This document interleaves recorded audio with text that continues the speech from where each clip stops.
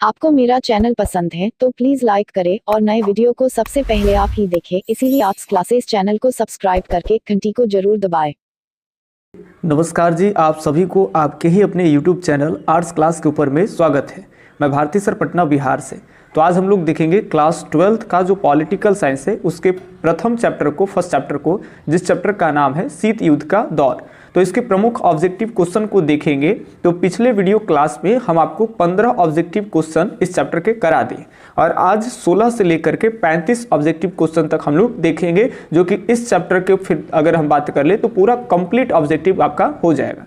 तो चलिए 16 नंबर प्रश्न आपको दिख पा रहा है कि किस देश के प्रभुत्व से एक ध्रुवीयता कायम हुई। आपको बताना है कि कौन से देश के प्रभुत्व से एक ध्रुवीयता जो है वो कायम हुई है। तो ऑप्शन 1 है रूसी संघ, दूसरा है चीन और तीसरा है सर फ्रांस, चौथा है आपका तो अमेरिका। फटाफट से बताएंगे कि कौन सा सही होगा।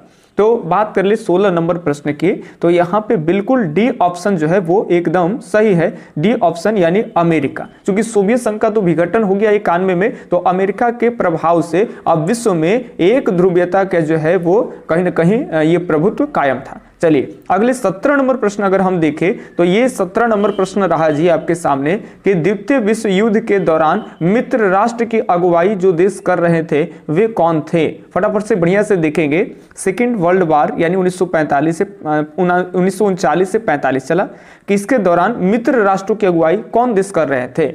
ऑप्शन 1 है भारत, पाकिस्तान, ब्रिटेन तथा संयुक्त राज्य, दूसरा है सोवियत संघ, जर्मनी, जापान, इटली, तीसरा है सर अमेरिका, सोवियत संघ, ब्रिटेन और फ्रांस, चौथा है आपका जर्मनी, जापान, इटली और ऑटोमन तुर्की। फटाफट से बताएंगे कि कौन सा ऑप्शन जो है वो बिल्कुल पूरी तरह से सही है।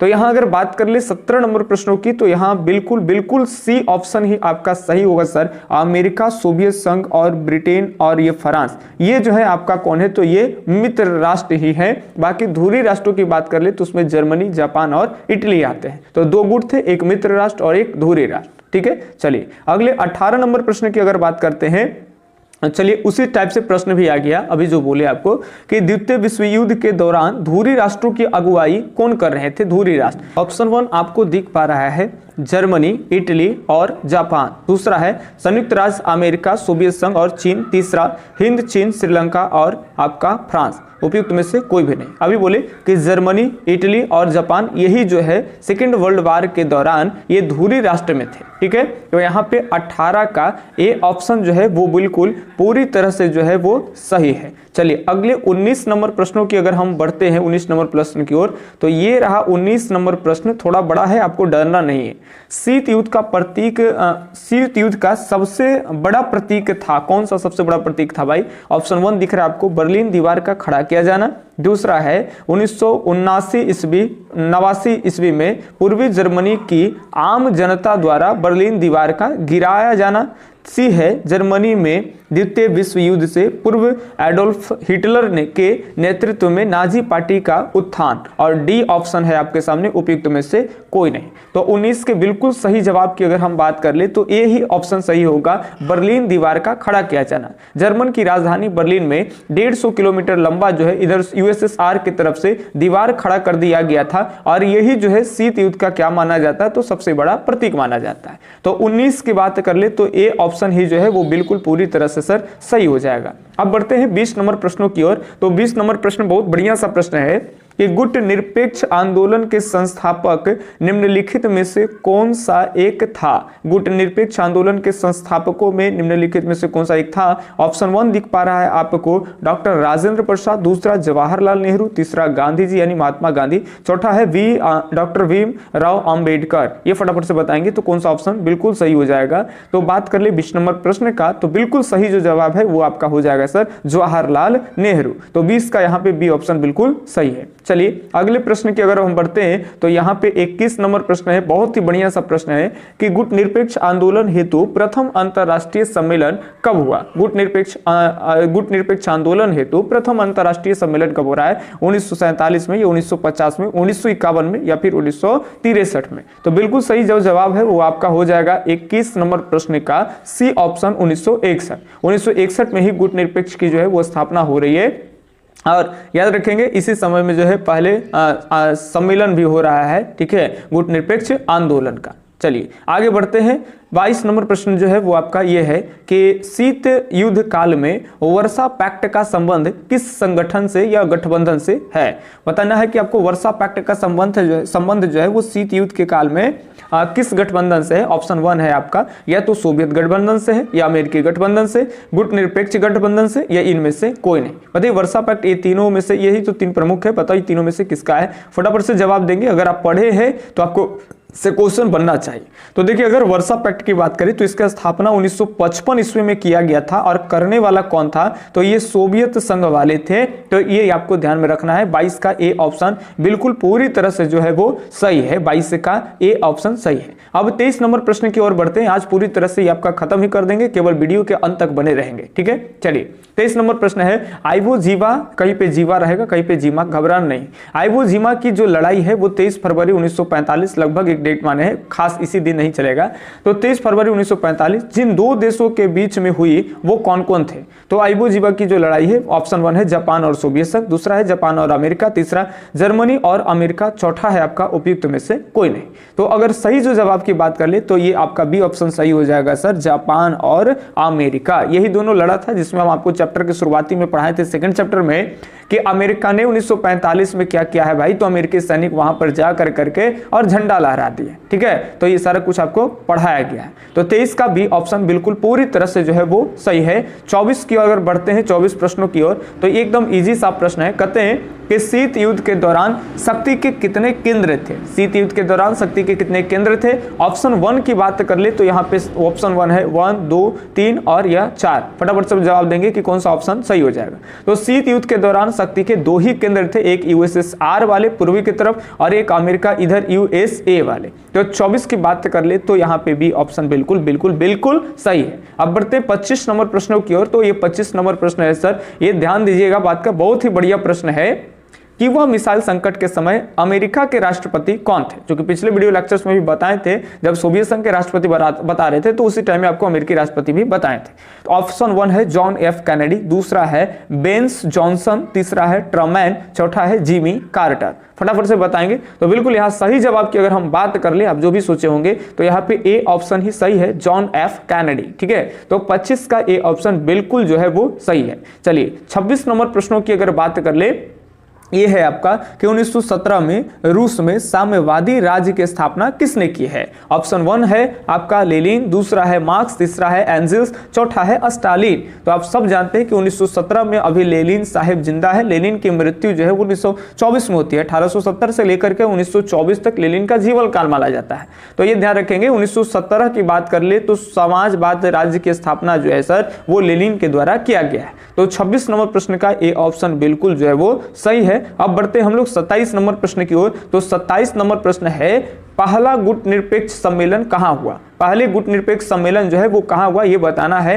ऑप्शन 1 है नई दिल्ली, दूसरा है सर बेलग्रेड, तीसरा है काहिरा, चौथा है हवाना में। फटाफट से जवाब देंगे कि कौन सा ऑप्शन बिल्कुल सही हो जाएगा। तो ऑप्शन अगर सही की हम बात कर ले सर तो ये हो जाएगा आपका कहां में, तो ये बेलग्रेड में। पहला गुटनिरपेक्ष जो है वो 1961 में हुआ था और ये कहां हुआ था, तो बेलग्रेड में हुआ था। ये ध्यान रखेंगे। तो 27 का भी ऑप्शन सही है। अब नई दिल्ली में भी हुआ है। नई दिल्ली की बात कर ले तो 1983 ईस्वी में जो है कि नई दिल्ली में गुटनिरपेक्ष आंदोलन का जो है वो ये सम्मेलन हुआ था। इसको भी आप ध्यान रखेंगे, कई बार पूछता है कि नई दिल्ली में कब हुआ था, तो 1983। चलिए 27 नंबर प्रश्न रहा। अब हम लोग बढ़ते हैं 28 नंबर प्रश्नों की ओर। 1 मिनट थोड़ा सा आगे पीछे हो गया। चलिए 28 नंबर प्रश्नों की अगर हम बात कर ले तो ये बहुत ही बढ़िया और प्यारा सा प्रश्न है, इसको ध्यान से सुनेंगे। दूसरी दुनिया के देश में किस प्रकार के देश आते हैं। दूसरी जो दुनिया के देश है उसमें कौन से प्रकार के देश आते हैं। पहला 1 है पूंजीवादी देश, दूसरा है समाजवादी या साम्यवादी देश, तीसरा है विकासशील देश, चौथा है गुटनिरपेक्ष देश। फटाफट से जवाब देंगे कि दूसरी दुनिया के देश कौन आते हैं। तो अगर बात कर ले सर शीत युद्ध के दौरान पहली दुनिया का जो देश था वो कौन था, तो उसमें ज्यादातर पूंजीवादी देशों में अमेरिका था। अब दूसरी दुनिया का जो देश है वह याद रखेंगे यहाँ पे कौन हो जाएगा, बताइए साम्यवादी हो जाएगा कि विकासशील देश हो जाएगा। तो 28 के बी ऑप्शन सही है, साम्यवादी देश, ठीक है। चलिए 1 मिनट इस प्रश्न को हम ऐसे ही छोड़ते हैं, क्योंकि देखिए यहाँ पे शीत युद्ध हमने नहीं लिखे, शायद शीत युद्ध से संबंधित होगा तो साम्यवादी हो जाएगा, अर्थात अगर शीत युद्ध से संबंधित अगर नहीं होता है तो विकासशील देश हो जाएगा। तो इसको आप कमेंट में करिएगा, ठीक है क्या, नहीं तो हम बाद में इसमें कमेंट में डाल देंगे 28 नंबर प्रश्न। नहीं तो अगर हमसे मिस्टेक हो तो आपका 1 नंबर जो है अगर दिमाग में आप बैठा लेते हैं तो 1 नंबर बोर्ड में अचूक जाइएगा। चलिए इसको बाद में देख लेंगे। 29 नंबर प्रश्न की अगर हम बात कर ले तो यहाँ पर है कि गुट निरपेक्ष देशों का शिखर सम्मेलन नई दिल्ली में कब आयोजित किया गया था। जैसा कि अभी बताएं, ये आपको डायरेक्ट आंसर बता रहे, नई दिल्ली में 1983 ईस्वी में हुआ था। ठीक है, चलिए 29 हो गया। अब 30 नंबर प्रश्न की बात कर ली, बहुत ही बढ़िया सा प्रश्न है कि निम्नलिखित में से कौन एक गुट निरपेक्ष आंदोलन के जनक नहीं है। गुट निरपेक्ष आंदोलन के जनक नहीं है, ये आपको बताना है, और आपके सामने तरह तरह का ऑप्शन जो है वो लगा हुआ है। ऑप्शन 1 है आपके सामने क्या भाई, तो ऑप्शन 1 है आपका सुकर्नो, दूसरा अराफात, तीसरा मार्शल टिटो और चौथा है आपका पंडित नेहरू। तो आपको बताना है, देखिए गुट निरपेक्ष आंदोलन के दौरान बहुत सारे देशों के बारे में आपको पढ़ाए थे कि जिसमें आपका इंडोनेशिया के भी आ रहे हैं, जिसमें वामे नक्रुमा यानी घाना के, इसके अलावा भारत के प्रधानमंत्री नेहरू जी, तो काफी सारे देश मिलकर के गुट निरपेक्ष की स्थापना कर रहे हैं, जिसमें याद रखेंगे सुकर्नो भी है, मार्शल भी है, पंडित नेहरू भी है। तो अराफात जो है ये नहीं होगा। तो जो देश सामने आए 1961 में सब संस्थापक कहलाते हैं गुट निरपेक्ष के, ठीक है, लेकिन अराफात थे ही नहीं, तो ये आपका यही सही ऑप्शन हो जाएगा। नहीं पूछ रहा है कि जनक नहीं है, तो ये जनक नहीं, बाकी सबके सब जनक है। ठीक है, तो 30 के बी ऑप्शन बिल्कुल जो है वो आपका सही है सर। चलिए अब बढ़ते हैं अगले 31 नंबर प्रश्न की ओर। तो 31 नंबर प्रश्न है, यहां ध्यान से देखेंगे, पहले गुट निरपेक्ष सम्मेलन में भारत का प्रतिनिधित्व किसने किया। पहले गुट निरपेक्ष का भारत में प्रतिनिधित्व किसने किया। ऑप्शन 1 है वाजपेयी, यानी वही समझिए अटल बिहारी वाजपेयी, दूसरा है नेहरू जी, तीसरा पटेल, चौथा है आपका कामराज। चलिए फटाफट से बताएंगे। तो अगर सही जवाब की बात कर ले तो वो हो जाएगा आपका नेहरू जी। ठीक है, पहले गुट निरपेक्ष के सम्मेलन में जो भारत की तरफ से जो प्रतिनिधित्व निभाए वो कौन थे, तो नेहरू जी। 31 के आपका बी ऑप्शन सही है, बिल्कुल सही है। चलिए 32 नंबर प्रश्न की अगर हम बात कर ले तो 32 नंबर प्रश्न थोड़ा सा लंबा है, डरना नहीं आपको। 32 नंबर प्रश्न है, नेहरू, नासिर एवं टिट्टो, वही मार्शल टिट्टो के आधार द्वारा बताए गए गुट निरपेक्ष के आधारों में निम्नलिखित में से कौन सही है, ये आपको बताना है। ऑप्शन 1 है आपका सर, क्या है ऑप्शन 1 कि राष्ट्र द्वारा एक स्वतंत्र नीति पर चलना, दूसरा सदस्य राष्ट्रों द्वारा उपनिवेश का विरोध करना, यानी कोई आते हैं और गुलाम वगैरह बना लेते हैं उसका विरोध करना, तीसरा है सदस्य राष्ट्र द्वारा किसी सैन्य गुट से अलग रहना, या उपयुक्त में से सभी। तो फटाफट से बताएंगे कि 32 का कौन सा ऑप्शन सही होगा। तो 32 का अगर बात कर ले यहाँ पे, तो 1 मिनट, 32 नंबर प्रश्न की अगर हम बात कर ले तो यहाँ पे 32 का डी ऑप्शन बिल्कुल सही हो जाएगा। याद रखेंगे ये सभी बात हो जाएगा, उपनिवेश देशों का विरोध करना और सैनिक गुट से अलग रहना, यहाँ पे यही सही हो जाएगा। ठीक है, चलिए अब बढ़ते हैं 33 नंबर प्रश्न की ओर। तो 33 नंबर प्रश्न है कि गुट निरपेक्षता को प्रोत्साहित करने वाले प्रमुख कारक निम्नलिखित में से कौन है। फटाफट से बताएंगे, गुट निरपेक्षता को प्रोत्साहित करने वाले प्रमुख कारण। देखिए बहुत सारे कारण में से एक कारक आपको चुनना है जो कि ज्यादा इंपॉर्टेंट है। पहला है शीत युद्ध, दूसरा है सैनिक युद्ध से अलग रहना, और तीसरा है आपका राष्ट्रमंडलों का स्वतंत्र अस्तित्व की इच्छा, और चौथा है उपयुक्त में से सभी। तो यहां भी बिल्कुल सही जो जवाब की बात कर ले तो वो हो जाएगा आपका सर डी ऑप्शन सही है, उपयुक्त सभी। ठीक है, चलिए 34 नंबर प्रश्न है। अब एक ही प्रश्न और बच रहे हैं, इसलिए आप ध्यान से देख लेंगे। यहाँ पे लॉन्ग है, लॉन्ग वगैरह भी हम यूज किए हैं, ऐसा नहीं है कि खाली शॉर्ट शॉर्ट हल्का हल्का लेके चले। चलिए 34 है, शीत युद्ध के बारे में निम्नलिखित में से कौन सा कथन गलत है। आपको बताना शीत युद्ध के बारे में निम्नलिखित में से कौन सा कथन गलत है। ऑप्शन 1 है यह संयुक्त राज्य अमेरिका, सोवियत संघ और उनके साथी देशों के बीच का एक प्रतिस्पर्धा, दूसरा महाशक्तियों के बीच विचारधाराओं को लेकर एक युद्ध, और तीसरा है शीत युद्ध के हथियारों की होड़ शुरू की, चौथा है अमेरिका और सोवियत संघ द्वारा चाहे सोवियत संघ सीधे युद्ध में शामिल थे। तो ये गलत अगर बात कर ले तो कथन गलत चूज करना है, तो यही डी ऑप्शन सही होगा कि अमेरिका और सोवियत संघ दोनों सीधे शीत युद्ध में शामिल नहीं थे, और ये कह रहे हैं कि सीधे शीत युद्ध में शामिल थे। तो डी ऑप्शन ही गलत होगा, गलत ही आपको चूज करना है। ठीक है, चलिए तो 34 के यहाँ पे डी ऑप्शन बिल्कुल सही है। अब लास्ट प्रश्न है आपका, इसके बाद आपको तो नीचे आंसर की नोट्स वाले को दिए थे। अब यहाँ ध्यान से सुनेंगे, ये 35 नंबर प्रश्न है आपका कि निम्न में से कौन सा कथन गुटनिरपेक्ष आंदोलन के उद्देश्यों पर प्रकाश नहीं डालता है। निम्न में से कौन सा कथन गुटनिरपेक्ष आंदोलनों के उद्देश्य पर प्रकाश नहीं डालते। तो ऑप्शन 1 है आपका उपनिवेशवाद से मुक्त हुए देशों को स्वतंत्र नीति अपनाने में समर्थ बनाना। दूसरा है किसी भी सैन्य गुट में शामिल होने से इनकार करना। और तीसरा है वैश्विक मामलों में तटस्थता की नीति केंद्रित करना और अपनाना, या और वैश्विक आर्थिक असमानता की समाप्ति पर केंद्रित करना। फटाफट से जवाब देंगे कौन सा ऑप्शन सही होगा। तो बिल्कुल सही जो जवाब की बात कर ले वो आपका सी ही ऑप्शन सही होगा, वैश्विक मामलों में तटस्थता की नीति केंद्रित करना या और अपनाना। ठीक है, तो ये हम आपको 35 क्वेश्चन करा दिए फर्स्ट चैप्टर का। अगर इतना तक कंप्लीट होगा तो ठीक है। तो अगर पिछले पार्ट्स नहीं देखे, आप पहली बार इस चैनल पे आए तो पिछले भी 15 ऑब्जेक्टिव्स कराएं, उसको देख लेंगे। इसलिए आप डायरेक्ट चैनल के होम पेज में जाएंगे, वहां आपको प्लेलिस्ट में ऑप्शन मिलेगा, प्लेलिस्ट में जाकर करके, और अगर वीडियो देखे ही नहीं है, पढ़े ही नहीं चैप्टर, तो पार्ट 1, पार्ट 2, पार्ट 3 3 पार्टों में इस चैप्टर को पूरा करा है, उसको देख लेंगे। उसके बाद ऑब्जेक्टिव बना लेंगे और आप नोट डाउन कर लेंगे कॉपी में, या तो अपने से कर सकते हैं या फिर आप नोट्स लेकर के हमसे कर सकते हैं। फर्स्ट चैप्टर आपका पूरी तरह से कंप्लीट हो जाएगा। चलिए मिलते हैं अब हम अगले वीडियो लेक्चर्स में। तब तक के लिए धन्यवाद, जय हिंद, अल्लाह हाफिज। हो सके तो आप अपने मित्रों के पास में इसको शेयर भी कर देंगे। चलिए धन्यवाद।